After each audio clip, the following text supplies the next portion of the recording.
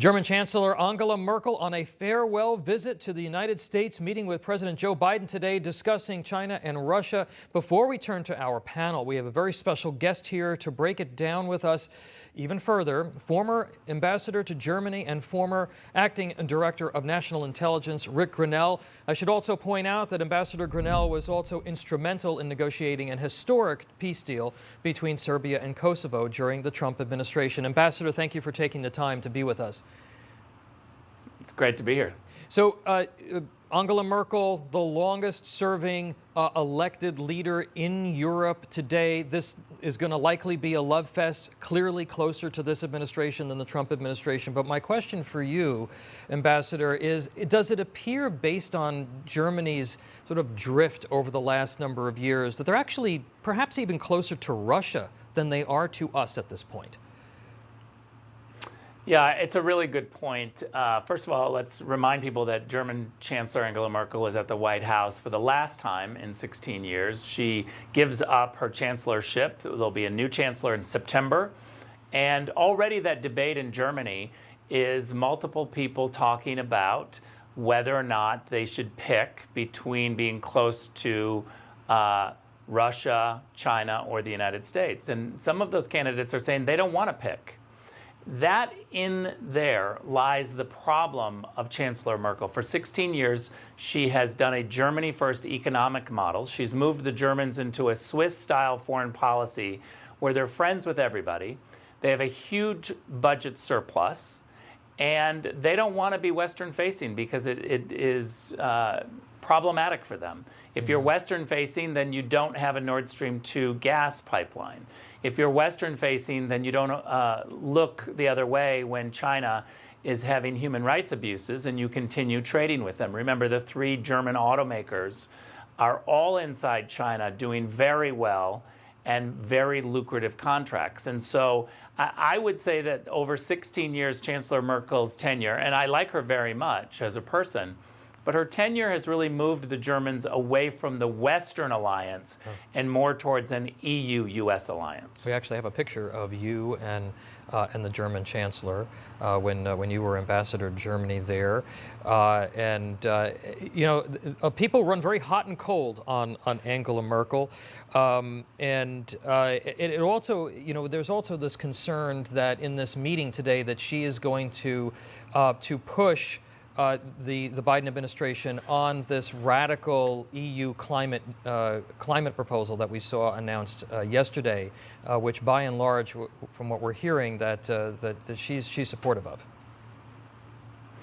Look, the Germans, here's another reason why the Germans say one thing and they do another. They've got massive amounts of coal plants. They've gotten rid of nuclear energy, which is the cleanest form of energy.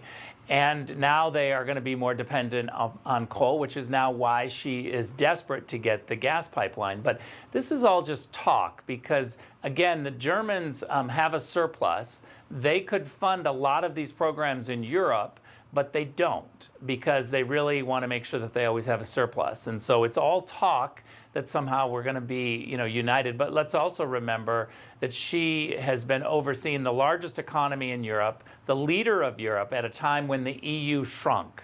Because of her policies, we have Brexit. The British decided they couldn't deal with the Europeans' immigration policy. The EU was demanding a more generous immigration policy that Angela Merkel was pushing.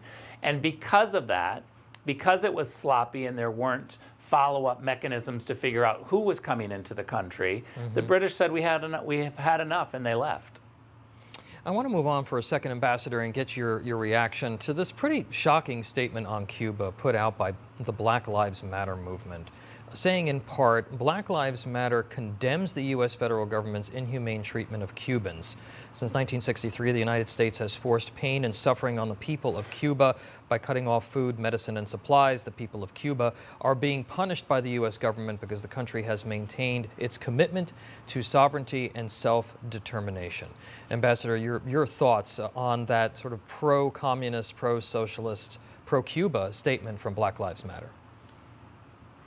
Well, anyone who's been watching Black Lives Matter closely is not surprised by this statement. I'm pleased that they put it out because I've seen today a whole bunch of people who are just shocked. They shouldn't be shocked, but I'm glad that they're getting this new tutorial on exactly who Black Lives Matter, what the movement is all about. I think there's a lot of Latinos, Hispanics, specifically Cubans, who are outraged by this. And I also think that anyone who cares about having the United States be a beacon of hope instead of placating to communism in this cancel culture, I think they're all seeing that the Black Lives Matter movement in this statement, it just has gone way too far. To be pro-communist like this is too much. Yeah, they certainly duped a lot of people here. When you were U.S. ambassador to Germany, you placed a statue of Ronald Reagan on top of the U.S. embassy, even though statues were not allowed on rooftops. Could you tell us a little bit about that story?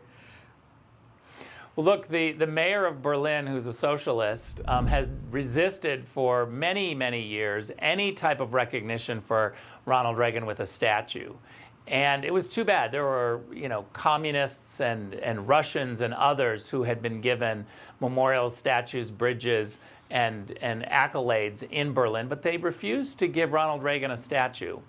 And I just decided I would ask one more time. I asked the mayor of Berlin. He said no. And so I changed the entire top of the U.S. Embassy into the Ronald Reagan Terrace, and we put up a very large statue, and you can see it from the ground. I lit it up, and I made sure that everybody in Berlin, when they went by, could see a big statue of Ronald Reagan. And I showed that statue picture to Chancellor Merkel because she didn't come to the unveiling, and I just wanted her to see that we were honoring Ronald Reagan. And she had an uncomfortable laugh when I showed it to her.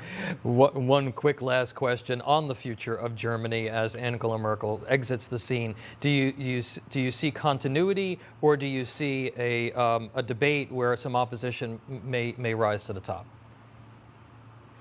She's been there so long, like every political system, there's a whole bunch of people that have been waiting to move up. They've got a big bench. There's a lot of very qualified people, some who are not running, but will be in the government. I'm not worried about the German government. They have a steady hand. I'm more concerned that they will continue down the road of moving away from the West and then somehow blame the United States or Trump for their slide away from us. And I think we got to call them on it. We're certainly not going to get the help from the academic community or the globalists, the NGO types in Washington, Berlin, and Brussels. They're just going to celebrate her and not really give a thoughtful critique of her tenure. And I think that's what we're going to see here from the Biden White House today. Ambassador Ric Grenell, thank you so much for being with us. Thanks for having me. Hi, Emma Reckenberg here. If you like this video, there's a whole lot more to see on Newsmax TV. You can watch for free right here on our YouTube live stream and be the first one here each time our experts break down real news. Just hit that subscribe button, ring the bell icon, and stay with us on America's fastest growing cable news channel, Newsmax TV.